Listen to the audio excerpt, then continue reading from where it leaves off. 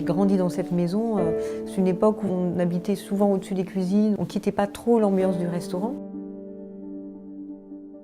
J'ai été constamment aux prises avec les bonheurs et les soucis que mes parents pouvaient ressentir dans cette profession.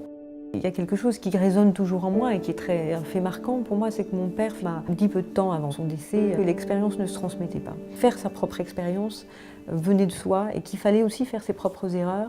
On peut conseiller quelqu'un, on peut transmettre des choses, l'expérience est personnelle. Bien manger, c'est aussi manger des choses très simples, très bien cuisinées, mais très simples. Qui dit haute gastronomie, dit aussi être capable de faire des choses très simples. Et c'est aussi la raison pour laquelle je me suis orientée très vite vers les légumes, vers la betterave, vers le chou, vers la carotte. Pas forcément des légumes très appréciés au quotidien, parce que souvent dénaturés ou mal cuisinés, parce que simples, justement.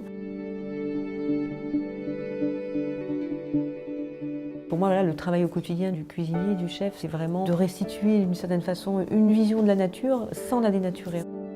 C'est rester très respectueux en fait de ce qu'elle nous offre. Dans l'évolution de la cuisine, qu'est-ce qui a porté la cuisine? C'est aussi les outils. À un moment donné, on cuit en conscience aujourd'hui, alors qu'on cuisait peut-être plus intuitivement et instinctivement par le passé.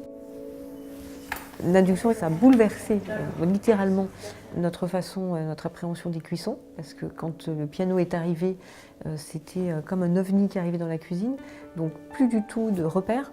Et c'est ça qui est intéressant aussi, c'est de temps en temps, il faut accepter de se remettre complètement en question avec des outils nouveaux, quitte à être dans l'inconfort total, plus avoir de repères, pour pouvoir progresser et prendre un autre élan. Et c'est vraiment ce que ça a provoqué.